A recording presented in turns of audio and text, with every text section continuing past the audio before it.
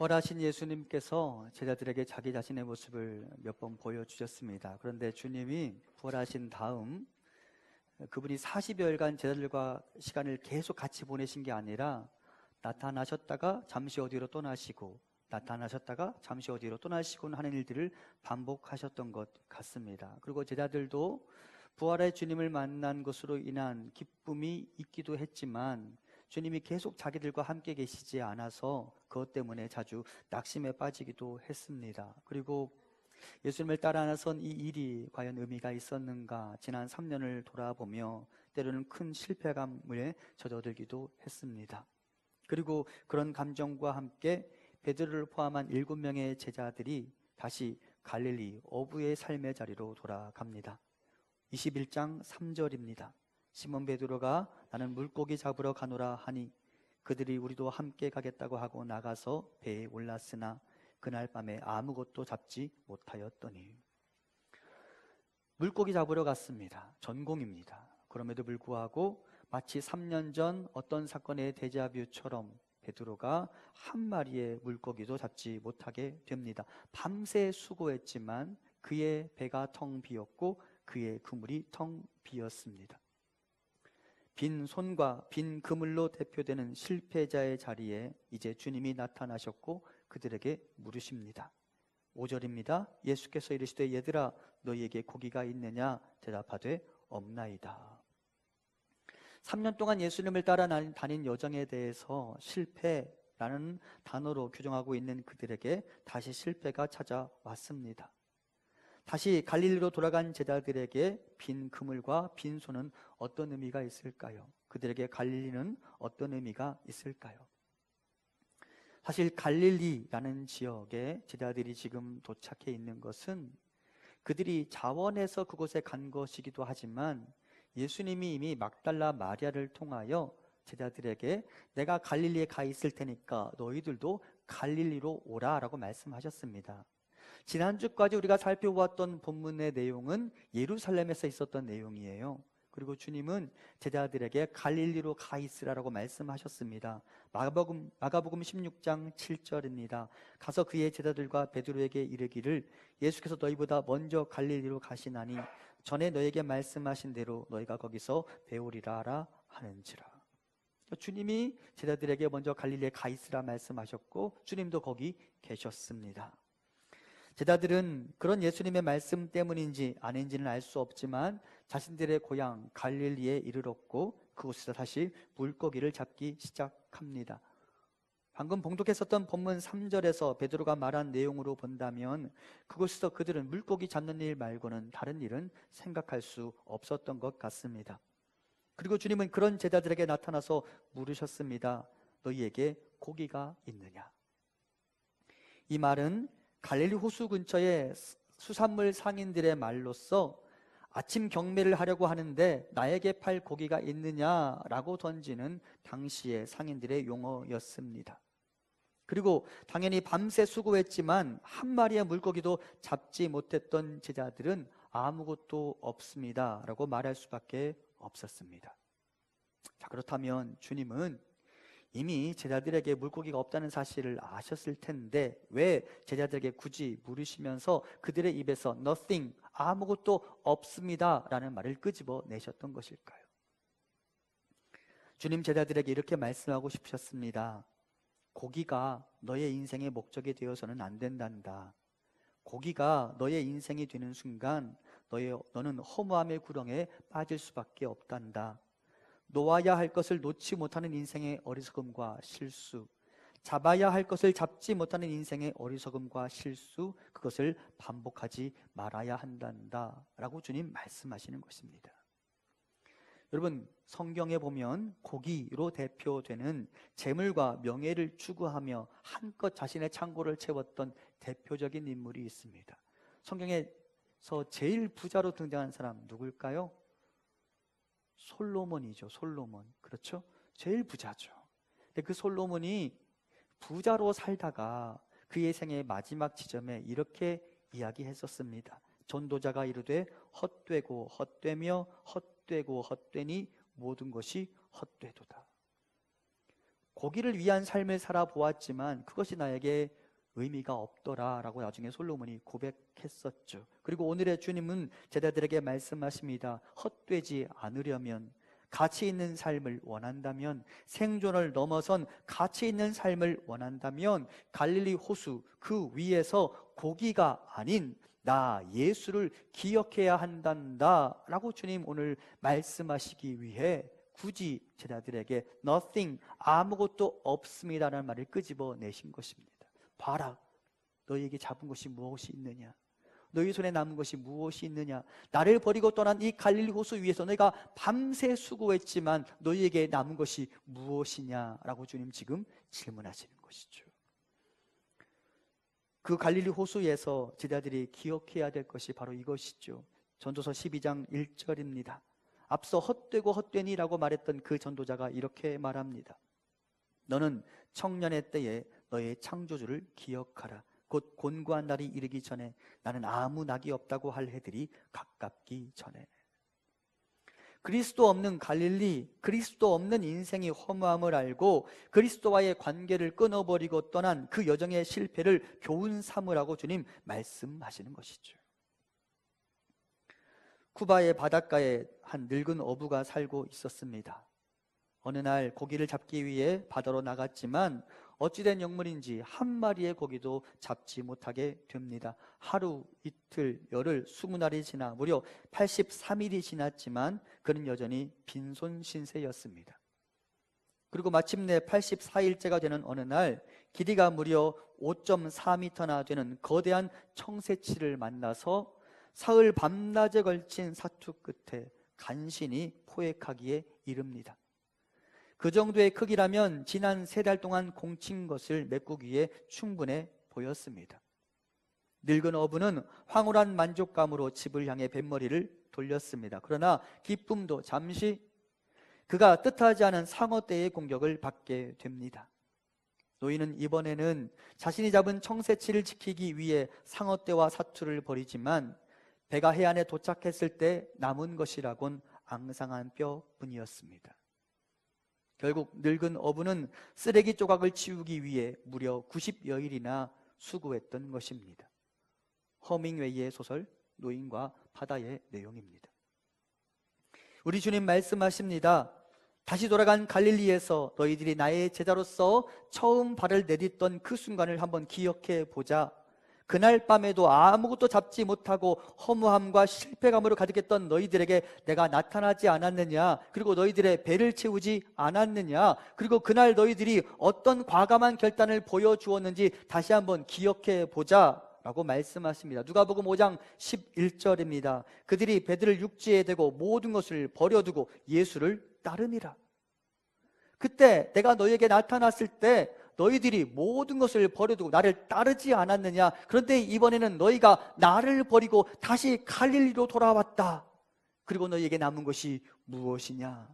주님 물으시는 것이죠. 주님은 다시 3년 전으로 돌아가려던 제자들에게 말씀하십니다. 예수님을 따르던 모든 시절을 부정하고 실패라고 규정하며 다시 어부의 삶으로 돌아가는 제자들에게 말씀하십니다. 기억하라. 그 시절의 위대한 결단과 그 시절의 감동을, 그리고 다시 나와 함께 제2의 믿음의 여정을 출발해 보자. 이런 면에서 갈릴리는 그리스도인으로서의 첫 출발 지점을 상징하며 신앙의 나태함과 신앙의 무기력증에 빠진 우리에게, 그리스도 없는 고기를 향한 열심만 품고 달려가는 우리에게 다시 예전의 갈릴리로 돌아가서 재출발해보자 라고 말씀하시는 주님의 메시지가 담긴 자리입니다. 그때 그 지점을 다시 생각해 보십시오. 주님을 향하여 믿음의 여정을 출발했던 그때를 다시 생각해 보십시오. 신앙의 기억력을 회복하고 처음 사랑을 다시 회복하십시오. 주님은 에베소 교인들에게 말씀하셨습니다. 그러므로 어디서 떨어졌는지를 생각하고 회개하여 처음 행위를 가지라. 어디서 떨어졌는지를 생각하고, 어디서부터 뭐가 잘못된지를 생각하고 다시 그 지점으로 돌아가 재출발해보자 라고 주님 말씀하시는 것입니다. 어디서 떨어졌는지를 생각하는 것에서 첫사랑의 회복이 시작됩니다. 갈릴리의 여정과 순수함을 잃어버리지는 않았습니까? 주님을 따라 나섰던 그 시절의 위대한 고백이 언제부턴가 내 안에서 사라지지는 않았습니까? 다시 돌아가 보시죠. 그리고 다시 갈릴리 호숫가에 발을 내디뎌 보면 좋겠습니다. 그리고 새 출발하는 우리가 되기를 간절히 소망합니다. 한편 주님은 베드로와 제자들에게 누가복음 5장에 있었던 바로 그 위대한 기적을 다시 한번 보여주셨습니다. 그리고 제자들이 호숫가에 도착하기 전에 먼저 요리를 준비해 주셨습니다. 21장 9절입니다. 육지에 올라보니 숯불이 있는데 그 위에 생선이 놓였고 떡도 있더라.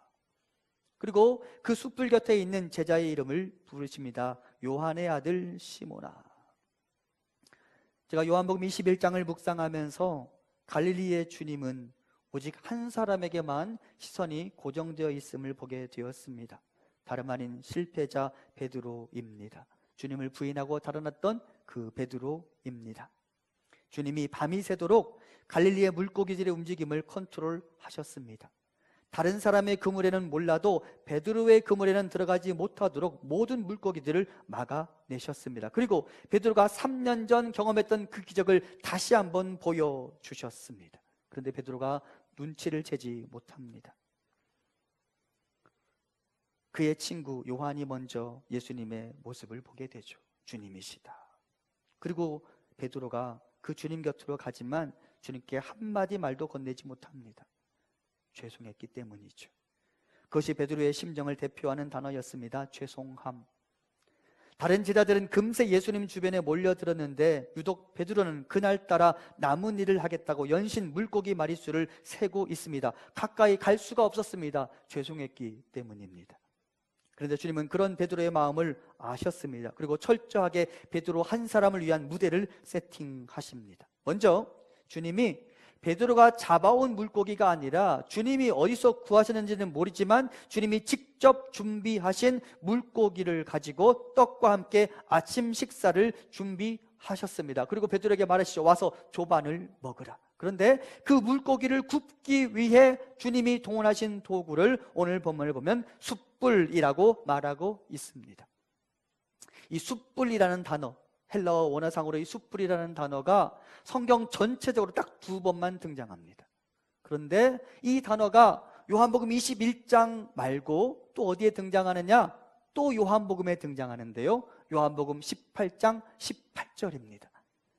그때 추운 고로 종과 아랫사람들이 불을 피우고 서서 쬐니 베드로도 함께 서서 쬐더라.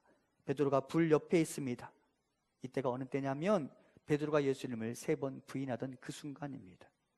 베드로가 예수님을 부인하던 그 순간 베드로 옆에 뭐가 있었어요? 숯불이 있었습니다. 베드로가 주님을 모른다고 말하며 나는 저 사람과 상관이 없다고 말하던 그 자리에 숯불이 있었습니다. 자기가 살겠다고 스승을 부인했던 베드로는 이제 살아계셔서 자기 앞에 떡하니 나타나신 주님을 다시 숯불 옆에서 만나고 있습니다. 베드로의 마음이 너무도 송구해졌을 것입니다. 그리고 그곳에서 주님이 베드로를 부르십니다. 그런데 하필 이렇게 부르세요. 요한의 아들 시몬아. 요한의 아들 시몬아. 이 말이 사실은 좀 어색한 말이에요. 왜 그러냐면 주님이 이 시몬의 이름을 고쳐주셨어요. 바꿔주셨어요. 요한복음 1장 42절입니다. 내가 요한의 아들 시몬이니 장차 게바라 하리라 하시니라. 게바는 번역하면 베드로라. 반석이라는 말이에요. 주님이 베드로가 이름을 바꿔달라고 말한 적이 없는데 주님이 먼저 베드로의 이름을 바꿔주셨어요. 그리고 또 앞으로는 내 이름을 시몬이라고 부르지 말고 게바라고 불러야 해, 베드로라고 불러야 해 라고 주님이 말씀하셨습니다. 그런데 주님이 그렇게 이름을 바꾸어 놓으셨고 실제 요한복음을 보면 주님이 베드로를 부르실 때는 언제나 시몬 베드로 혹은 베드로라고 부르셨어요. 그런데 유독 이 장면에서는 주님이 직접 이름을 바꿔주셨음에도 불구하고 그의 이름을 시몬이라고 부르고 있습니다. 주님이 왜 자신의 제자를 이렇게 부르셨을까? 다음의 구절에서 힌트를 얻을 수 있습니다. 우리 함께 마태복음 16장 16절부터 18절까지를 같이 봉독해 보겠습니다. 시몬 베드로가 대답하여 이르되 주는 그리스도시요 살아계신 하나님의 아들이시니이다. 예수께서 대답하여 이르시되 봐 요나 시몬아 내가 복이 있도다. 이를 내게 알게 하니는 혈육이 아니요 하늘에 계신 내 아버지시니라. 또 내가 내게 이르노니 너는 베드로라. 내가 이 반석 위에 내 교회를 세우리니 음부의 권세가 이기지 못하리라. 아멘. 예수님을 향하여 신앙을 고백한 제자에게 주님이 말씀하십니다. 봐 요나 시몬아 내가 복이 있다. 이제는 너의 이름을 베드로라고 부르겠다. 여기 등장하는 바 요나 시몬이라는 말은 바라는 말이 아들이에요. 그리고 그 시몬의 아버지의 히브리식 이름이 요나였던 것 같아요. 그래서 요한의 아들 시몬아라는 말이에요. 그러니까 바 요나 시몬이라는 말은 오늘 우리가 보고 있는 본문 요한의 아들 시몬이라는 말의 히브리식 표현입니다. 똑같이 부르고 있는 거예요. 주님이 그때에도 마태복음 16장 16절에서 주님이 베드로가 주님을 향하여 신앙을 고백했던 그 장면에서 바 요나 시몬이라고 불러주셨습니다. 그리고 주님은 주님을 부인하고 베드로라는 이름에 어울리지 않는 면모를 보여준 채 지금 숯불 곁에 있는 그 제자에게 이렇게 말씀하십니다. 요한의 아들 시몬아. 무슨 말일까요? 만일 여기까지만 본다면 주님은 베드로를 책망하고 계신 거라고 생각할지 모릅니다. 하지만 우리가 이미 알고 있는 것처럼 요한복음 21장은 베드로에 대한 책망의 장이 아닙니다. 주님은 오히려 베드로를 다시 일으켜 세워주시기 위해 지금 일하고 계십니다. 그런 면에서 주님이 굳이 그의 이름을 요한의 아들 시몬이라고 부르신 것은 비록 실패했지만 너의 신앙 고백에 어울리지 않게 그 순간 너를 선택하고 나를 버렸지만, 그리고 지금 그것으로 인해 속상해하고 있지만 시몬아, 그 시절로 다시 돌아가 보자. 다시 시작하자. 실패? 누구나 다 할 수 있는 것 아니냐? 반석이 깨졌기 때문에 다시 시작할 수 없다고 하더냐? 너도 너 자신의 이름을 베드로라고 부를 수 없더냐? 그렇지 않다. 나는 산산조각난 너의 반석을 다시 하나로 붙일 수 있는 자이다. 나를 믿고 다시 시작해 보자 라고 주님 말씀하시는 것입니다. 주님은 지금 베드로에게 죄책감이 아니라 회복을 선물하시기 위해 여기 계십니다. 베드로에게 진정한 복음을 선포하시기 위해 여기 계십니다. 여러분, 복음이 뭐예요? 복음은 다시의 기회를 주는 것입니다. 여러분, 다시가 없는 것이 어떻게 복음이겠습니까? 여러분에게 만일 다시가 없다고 생각해 보십시오. 여러분은 복음의 능력, 복음의 위력이라고 말하는 구원을 소망할 수 있어요? 없어요? 있어요? 없어요? 한 번 실패했다고 너 잘못했지? 끝이야 라고 말한다면 여러분, 그것이 복음입니까? 제가 요즘 한참 이슈가 되고 있는 그 단톡방 기사들을 보면서 그런 생각이 들었어요. 저는 그런 이야기들을 나눠본 적은 없습니다. 그럼에도 불구하고 나도 어디에선가 누군가의 마음이 비수를 꽂는 말들을 그 면전 앞에서는 못했지만 그 사람이 보지 않는다고 말하는 가상의 공간에서 내가 그런 말들을 내뱉고 살지는 않았을까? 여러분은 어떠세요? 여러분은 그런 적 없으세요? 늘 여러분은 고상하고 저 그런 것 같아요. 그랬을 것 같아요. 제가 기억 못하지만 그랬을 것 같아요. 우리 중에 실수 없는 사람이 어디 있어요? 그런데 우리가 실수했다고 너는 이제 끝이야, 너 아웃이라고 말한다면 여러분, 그게 복음입니까? 복음이 아니죠. 주님 베드로에게 다시의 기회를 주시는 거예요. 요한의 아들 시몬아, 그때로 다시 돌아가 보자.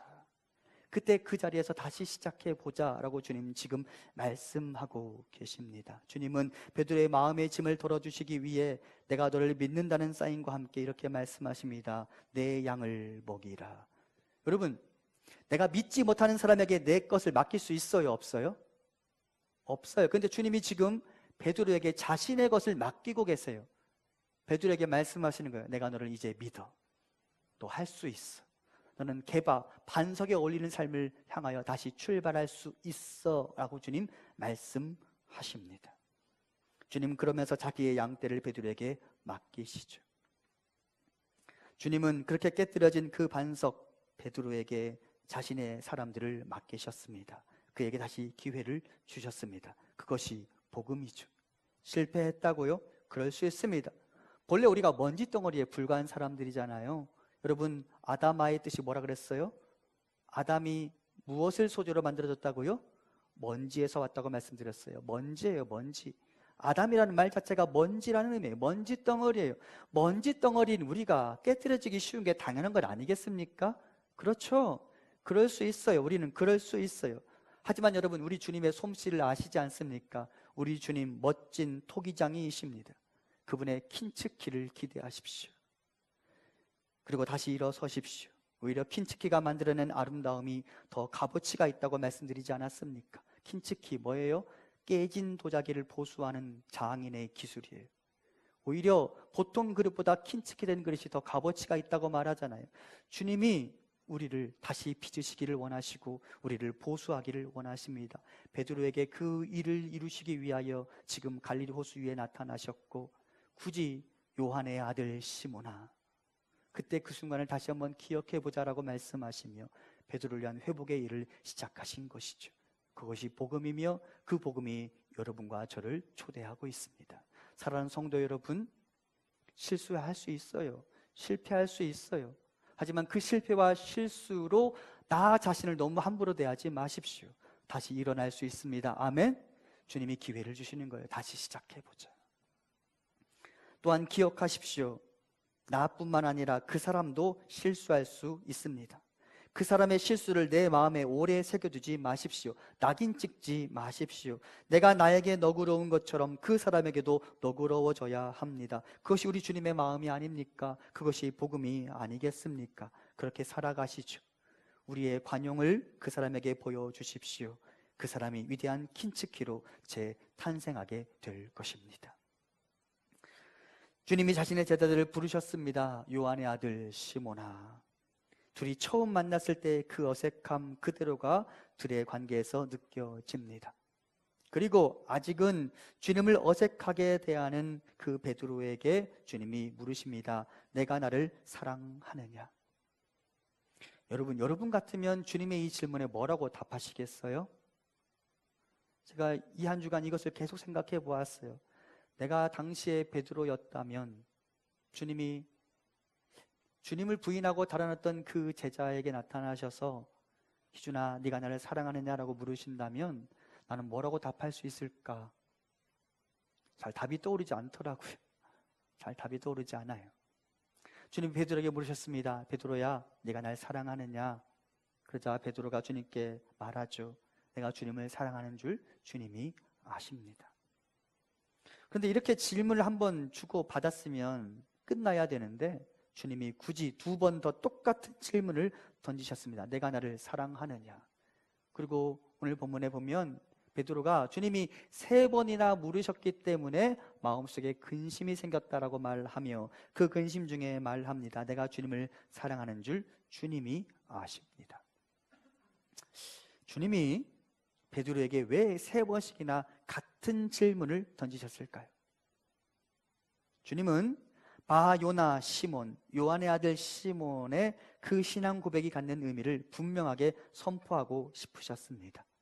예전에 바요나 시몬이라고 불렀을 때 그때 베드로가 주님을 향하여 주는 그리스도시요 살아계신 하나님의 아들이십니다라고 고백했었죠.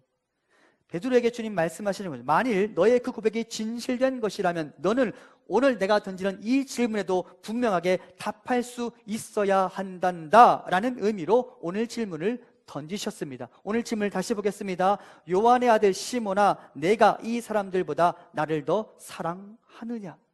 이 질문은 이제 다음과 같은 3가지로 번역이 가능합니다. 여기 등장하는 이 사람들보다 라는 단어를 인칭대명사로 해석할 수도 있고 사물을 가리키는 지시대명사로도 해석할 수 있기에 이 문장은 이렇게 번역이 가능합니다. 첫 번째, 내가 나를 다른 여러 사람들보다 더 사랑하느냐라는 질문으로 해석할 수 있습니다. 베드로에게 물으십니다. 베드로야, 요한도 나를 사랑하고 도마도 나를 사랑하는데 나는 너에게 묻고 싶다. 다른 사람들이 나를 사랑하는 것보다 너의 나를 향한 사랑이 더 큰지 나는 그것을 묻고 싶다. 여러분 어떠세요? 다른 사람들이 주님을 사랑하는 것보다 나는 주님을 더 사랑합니다라고 고백할 수 있습니까?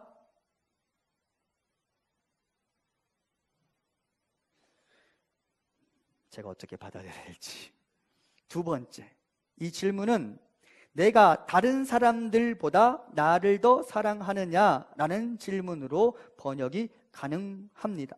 그러니까 베드로야, 네가 요한도 사랑하고 도마도 사랑하고 안드레도 사랑하는데 네가 그 사람들을 사랑하는 것보다 나를 더 사랑하느냐라고 주님이 물으십니다. 이해되시죠? 여러분께 또 묻습니다. 여러분은 다른 사람을 사랑하는 것보다 주님을 더 사랑하십니까? 세 번째, 이 질문은 내가 이것들보다 나를 더 사랑하느냐라는 질문으로도 해석이 가능합니다. 지금 내가 물고기 잡으러 왔지, 베드로야, 내 손에 있는 물고기와 그물과 배보다 나를 더 사랑할 수 있느냐? 돈과 명예와 권력보다 내가 더 좋으냐라고 주님이 물으십니다. 이제 여러분께 묻습니다. 여러분은 그 어떤 것보다 주님이 더 좋으십니까? 특히 물고기 잡으러 온 베드로에게 주님은 두 번째와 세 번째 질문을 던지셨습니다. 시몬아, 너의 신앙 고백이 진실된 것이라면 너는 모든 사람들을 사랑하는 것보다, 특히 너 자신을 사랑하는 것보다, 이전에는 너 자신을 사랑하느라 나를 버렸는데 지금 내가 다시 너에게 묻는다. 이제는 너 자신을 사랑하는 것보다 나 예수를 사랑하느냐라고 주님이 물으십니다. 여러분, 사랑이란 본래 그렇게 배타적인 것이 되어야 합니다. 여러분, 아내도 사랑하고 지나가는 여인도 사랑할 수 있습니까? 없습니까? 있어요? 없어요? 아내한테 사랑한다 라고 말해놓고 지나가던 여인이 너무 마음에 들어서 그 여인에게 가서 굿땡 가방을 사주면 됩니까? 안 됩니까? 돼요? 안 돼요? 사랑은 본래 그런 거예요. 사랑한다고 말하는 건 그 사람만 사랑하는 거예요. 이 사람도 사랑하고 이 사람도 사랑할 수 없어요. 뭐 아내만 말하니까 여자분들은 뭐 사랑은 본래 그렇게 배타적인 거예요. 주님이 물으십니다. 베드로야, 다른 사람들을 사랑하는 것보다 나를 더 사랑하느냐? 내 손에 잡고자 하는 그 물고기와 그 그물보다 나를 더 사랑하느냐? 일부 예배 때 상희에게 그렇게 질문했어요. 상희야, 야구보다 예수님이 좋으냐? 상희가 대답했어요. 예수님이 더 좋다고. 주님 우리에게 그렇게 질문하시는 것입니다. 너의 예전에 나를 향한 고백, 주는 그리스도시요 살아계신 하나님의 아들이십니다의 고백이 진짜라면 너는 오늘 내가 던지는 이 질문에 답할 수 있어야 한다라고 말씀하시며 3번 부인했던 베드로에게 3번 사랑의 질문을 던지십니다. 내가 나를 사랑하느냐? 사랑한다면 지금 너의 손에 들려진 그 물고기와 그물을 버려두고 나를 쫓아야 한다라는 말씀을 던지고 계십니다. 생업을 포기하라는 말이 아닙니다. 생업의 현장에서 믿음의 갈등이 생길 때 생업을 유지하기 위해 믿음을 부인해서는 안 된다는 말입니다. 언제 어디에서나 우리는 정직해야 하며 언제 어디에서나 우리는 낮은 자의 입장에서 그들을 대변해 주어야 하며 언제 어디에서나 우리는 공의로운 결정을 내릴 수 있어야 합니다. 돈, 명예, 권력보다 예수님이 더 좋기 때문입니다. 돈, 명예, 권력보다 예수님의 뜻이 나에게 더 중요하기 때문입니다. 그것이 나의 믿음의 고백이 진짜라는 사실을 검증해 줄 것입니다. 이런 면에서 내가 주님을 사랑합니다 라고 말하는 사랑의 고백은 주는 그리스도시요 살아계신 하나님의 아들이십니다 라는 믿음의 고백과 동일한 것이라고 말할 수 있으며 이것이 요한복음의 핵심 메시지입니다. 믿음은 사랑과 같은 단어입니다. 주를 믿는다고 고백하는 사람은 오직 주 그분 한 분만 사랑하게 되어 있습니다. 그리고 그분을 사랑하는 자는 주님의 부르심에 반응하게 되어 있습니다. 오늘도 주님이 내가 나를 사랑하느냐 물으신 다음에 마지막에 뭐라고 말씀하시냐면 요한복음 21장에 보면 나를 따르라고 말씀하세요. 내 양을 먹이라고 말씀하세요. 여기서 따르다라는 말은 닮다, 모방하다, 헌신하다 등의 의미를 갖습니다. 쉽게 말하면 주님처럼 사는 것을 말합니다. 주님을 정말 사랑하십니까? 너무 무거워요? 주님을 정말 사랑하십니까? 그렇다면 주님을 닮아가셔야 합니다. 주님처럼 살아가셔야 합니다. 우리 주님의 유언 아닌 유언이 아닙니까? 주님처럼 사랑하고 주님처럼 기도하고 주님처럼 믿음의 삶을 살아가야 합니다. 주님은 오늘의 말씀을 통해 여러 사람들 중 베드로 한 사람에게 주목하고 계십니다. 하지만 이 말씀이 어찌 베드로 한 사람을 향한 말씀이겠습니까? 다시 나의 삶의 자리 갈릴리로 돌아가셔야 하는 성도 여러분, 갈릴리의 어부 베드로처럼 텅 빈 그물을 안고 속상해하고 좌절하고 낙심할 수밖에 없는 우리 성도님들의 인생에 예수 그리스도께서 찾아가시기를 간절히 소망합니다. 주님이 여러분의 인생에 다시 물고기들로 가득 채우시기를 간절히 소망합니다. 여러분의 인생에 소중한 열매들이 가득하기를 간절히 소망합니다. 그런데 내가 거기 갈릴리 호수 위에 있어도 주님 말씀을 따라 그물을 오른쪽에 던지지 않는다면, 와서 조반을 먹으라고 말씀하시는 주님의 초청에 반응하지 않는다면 나에게 갈릴리는 아무런 의미가 없는 것이 되고 말 것입니다.